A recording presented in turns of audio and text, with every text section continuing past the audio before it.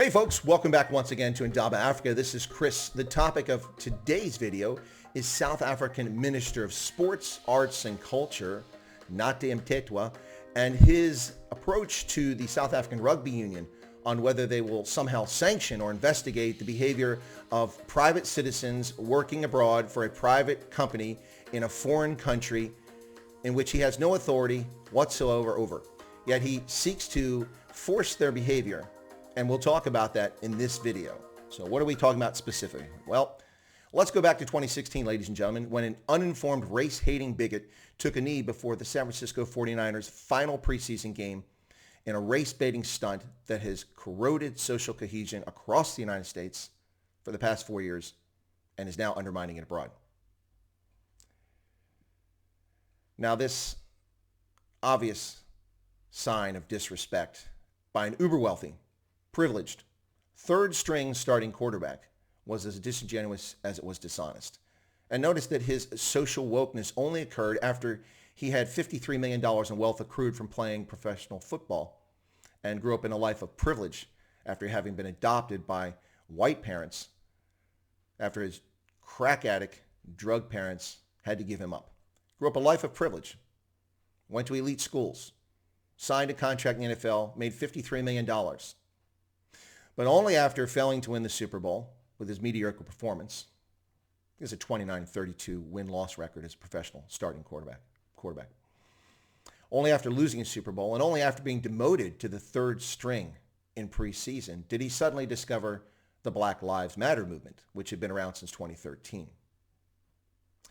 Famously, after taking a knee and showing such disdain and disrespect for the anthem and the flag of a country that has brought more freedom than any in the history of mankind, to people of all races, all faiths, all beliefs.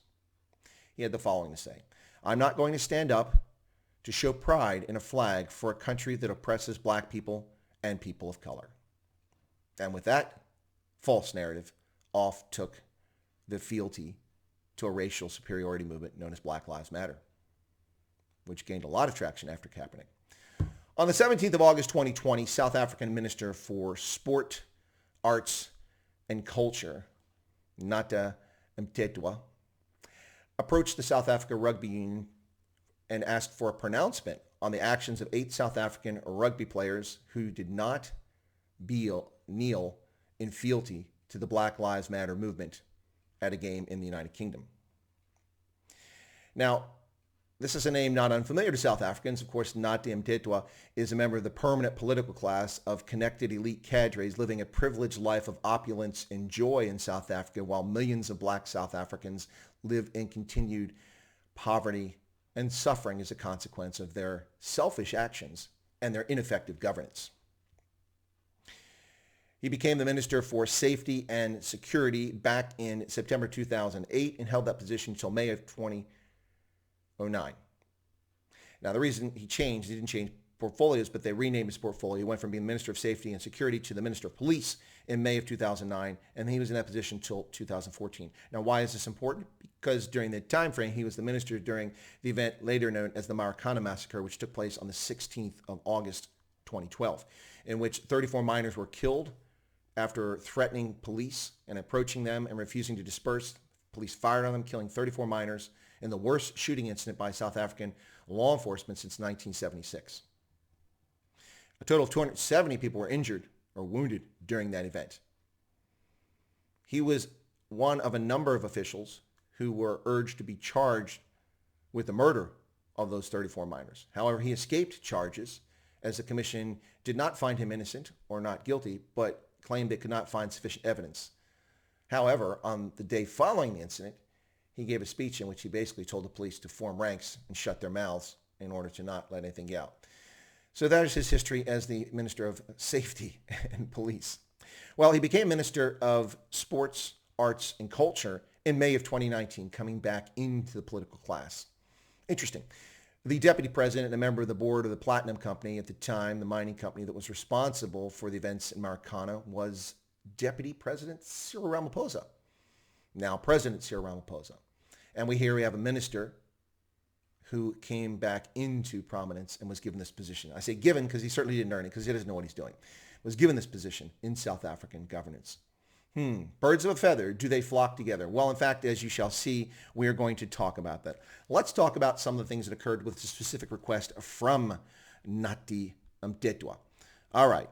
There were 8 South Africans who were part of 11 players from the Manchester club who elected to remain standing during a pre-match activity at a English Premiership game, which just restarted, by the way, the English Premiership, after this long hiatus, courtesy of the hysteria over the Wuhan coronavirus COVID-19, taking safety precautions and measures to protect players and spectators. The game has resumed now, English Premiership. And so this was a game between Harlequins and Sale Sharks, and 8 South Africans refused to take a knee. Now, what's interesting is that all the players wore this Rugby Against Racism virtue signaling T-shirt. And that's their prerogative if they want to wear it in pre-match activity, not on the field, but pre-match, certainly their prerogative. And they did it as a sign of solidarity against racism in rugby. Nothing wrong with that. Nothing wrong with that at all. This is what Mthethwa had to say. We do not want to jump the gun on the specific matter of the South African players in England who didn't kneel in support of the BLM movement, but we did say we want to understand what's happening and what is the position of South Africa rugby in this whole thing. So you want to have an investigation by the South African Rugby Governing Board of players working abroad who've committed no acts of crime, no hate crimes, they've made no hate speech, they've done nothing inappropriate, they simply refuse to bow in fealty to a movement of questionable origin, of questionable existence. It's a movement. It's not a statute. It's not a law. It's not a regulation. It's not a government agency. It's not a state. It's a movement, and it's not even South African. If Black Lives Matter so much in South Africa, where is the African National Congress's concern about the 50-plus black people murdered every single day in South Africa? The hundreds of thousands of black women raped every year. Where is their concern? Where is their effective police enforcement, an effective justice system that prosecutes these crimes? It does not exist, ladies and gentlemen. It does not exist. Not in a functioning fashion.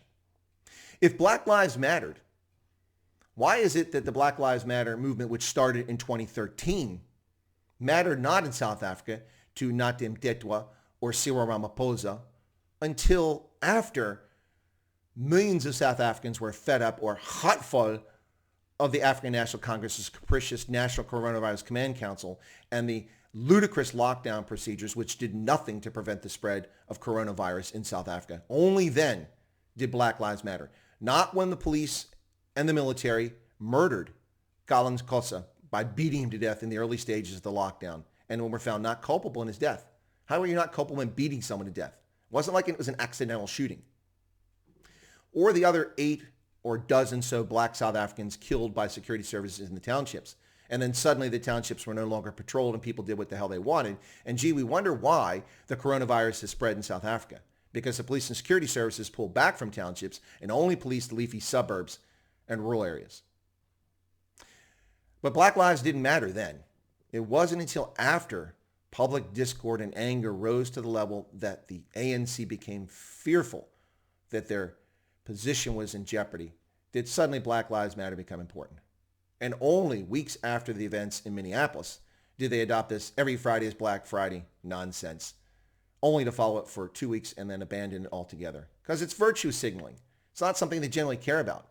Now, see, people will watch this video and go, oh, you just don't like black people. What are you talking about? That's idiotic. I don't like this movement because it's virtue signaling nonsense and distorts history and it corrodes social cohesion. Homo sapiens are Homo sapiens. The difference in our DNA is infinitesimal. Infinitesimal. Virtually no difference. I could have a black grandparent and have this appearance. People need to get beyond this idiocy.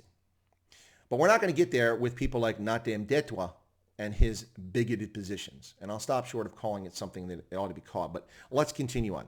The minister said the whole country united behind the Springboks during the World Cup in Japan last year and the actions of those who are displaying racist behavior and showing racist attitude will not be tolerated. Well, what is racist behavior? Wearing a shirt that says Rugby Against Racism? That's racist? You need to check your attitude yourself, my friend. Racist attitude and racist behavior. Determined by whom? By a court of law? By public opinion? Perhaps that's what it is. People didn't show sufficient fealty and submission. The faith of Islam is named Islam because the word Islam means submission. these folks expect others to submit.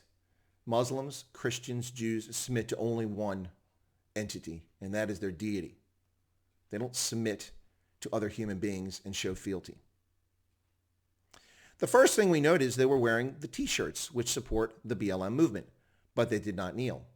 Actually, those t-shirts don't support the BLM movement. That nonsense didn't exist when the sort of things that FIFA, the World Soccer governing body, and the later World Rugby or the International Rugby Board started doing when they're talking about equality in sports and getting rid of racism. That predates that nonsense. It's not in support. So you're just factually wrong and full of stupidity, minister.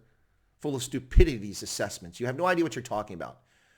People against racism in sports long predates the Black Lives Matter movement. Stern Mthethwa said government would take the necessary steps to deal with people who continue to undermine efforts to combat racism. Well, really? Really?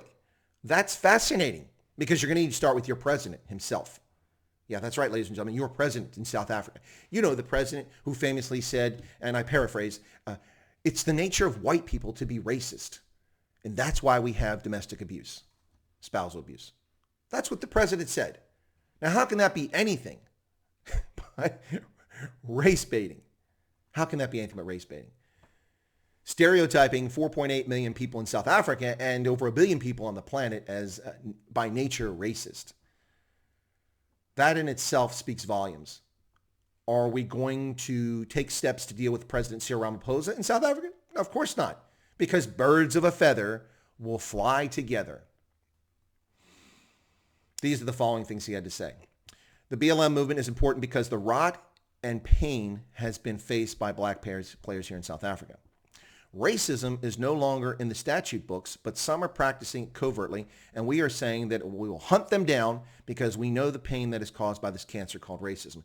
Do you? Do you really know? Your actions are those of someone who's race baiting and playing the race merchant game. Your actions. Where were you from 2016 when Colin Kaepernick took a knee, not Mthethwa? Where were you from 2016 until June of 2020, not supporting Black Lives Matter, not professing this, not kneeling? When did you take a knee? Show us. You didn't. It's empty virtue signaling, and your race merchant games is what you're playing here. We will hunt them down. Hunt them down. Sounds to me like a statement of intent, of threat. We are ready to take whatever steps necessary to ensure that people toe the line, and those who are racist are taught to embrace other people. You can't make a racist embrace someone else, you idiot. It shows how little you know about human nature. You can change a bigot's mind, but changing the heart of a racist is virtually impossible. Someone that believes that one race is better than another. You know, the people expect everyone to take a knee for this movement, Black Lives Matter, the movement intent on racial superiority of one group over another.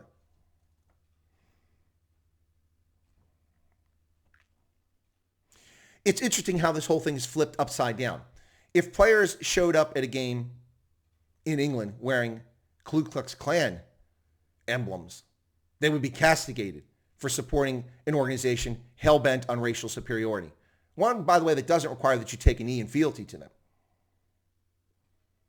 Yet the same group advocating the same nonsense for another group of people, Black Lives Matter, advocating racial superiority. And we see players being castigated by a minister of the South African government because they refuse to bow in fealty to an organization hell-bent on racial superiority, on social corrosiveness. This is absolutely insane. It's like a parallel universe. Both are hate groups. Both are groups focused on harming other people based on their immutable nature, their appearance, and their skin pigmentation. And both are morally repugnant and wrong. Black Lives Matter and the Klan. If that doesn't happen, government is going to come in handy to ensure that we do what the Constitution mandates us to do. No, you're not. You're not doing that at all. And I'll give you instances of it in just a moment. Non-racialism is not just something that's superficial, but it has to come from roots. And here's the bottom line, ladies and gentlemen. He actually believes this nonsense. He actually believes that players who refuse to bow to a racial superiority group are somehow racist or bigots, when they're not at all. And this is vile and disgusting. And I think the South African players ought to file legal cases against the Minister of Sports, Arts, and Culture for criminal injury. Because his actions have tarnished their reputation fraudulently. This is utter nonsense. Utter nonsense. So let's talk about this. When the South African national anthem, Nkosi Sikelel' Afrika, is played, members of the economic freedom fighters refused to stand during the Afrikaans stanza, the Afrikaans verse of that national anthem, when it's played in Parliament, when it's played at soccer games. Those who support EFF sit down. They stand for the other versions, including the English version, the English verse. They stand for every verse in Zulu, in Xhosa. They stand for it in English, but they sit for Afrikaans. You want to talk about racial hatred and bigotry and stupidity. First off, they do that because they consider that the language of oppression. And they consider it the language of the National Party. But the problem with that moronic assessment, ladies and gentlemen, is that the majority of people who speak the language of Afrikaans as a first language are not even white. And that doesn't mean people of color can't be racist, but it disputes their narrative. And so they show disdain and disrespect for the national anthem. Where is the minister's outrage about the economic freedom fighters and their vile conduct in the face of South Africa's national anthem, when white South Africans stand in mass and sing wholeheartedly every verse? Poorly, in many cases, when it comes to Zulu and Xhosa, but they sing it. Yet the EFF shows disrespect and disdain by sitting down during the South African national anthem. No uproar over that. Where is the minister's outrage over people like Julius Malema threatening to cut the throat of whiteness in Nelson Mandela Bay? Where is their outrage when the president of South Africa says that white people by nature are racist? How is that anything other than race mercantilism, race baiting? That's all that is. Where is his outrage? Well, there is none, because it's not about racial equality and opportunity for everyone. It's about undermining these white players. What's the ultimate objective here? His goal is to get these players out of contention for spots on the Springboks rugby team so they can be forcibly replaced with players of color, whether they have the skills or not. And that is vile and disgusting. That's what his objective is here. That's what his goal is in this whole situation. It's also to perpetuate this race narrative to distract from the ANC's failures. The Minister of Sports, Arts, and Culture, really, should be called the Minister of Corrosive Social Degradation. Corrosive social degradation. That's what he should be called. This is disgusting, folks. And the world looks the other way. You all need to wake up and get your head out of the clouds. It's not April 27th of 1994. The government of the African National Congress is not the group that took power in 1994, even though many of them are still there. The government of today is a government bent on exclusion. It's our turn to eat and holding on to power at all cost. It doesn't matter what happens to South Africans. What happens to ANC cadres is what matters. We've heard it from successive South African ANC presidents, who were presidents of their own party, who put party above people. And we see this here with Mthethwa and his nonsense, threatening people. We will hunt them down, is what he says. A minister in government will hunt them down. We're not talking about terrorists here or criminals. We're talking about law-abiding, loyal South Africans who just months ago represented their nation and took it to the heights of sports excellence with a third Rugby World Cup victory, lifting the William Webb Ellis Trophy for the third time. That's what we're seeing here, folks.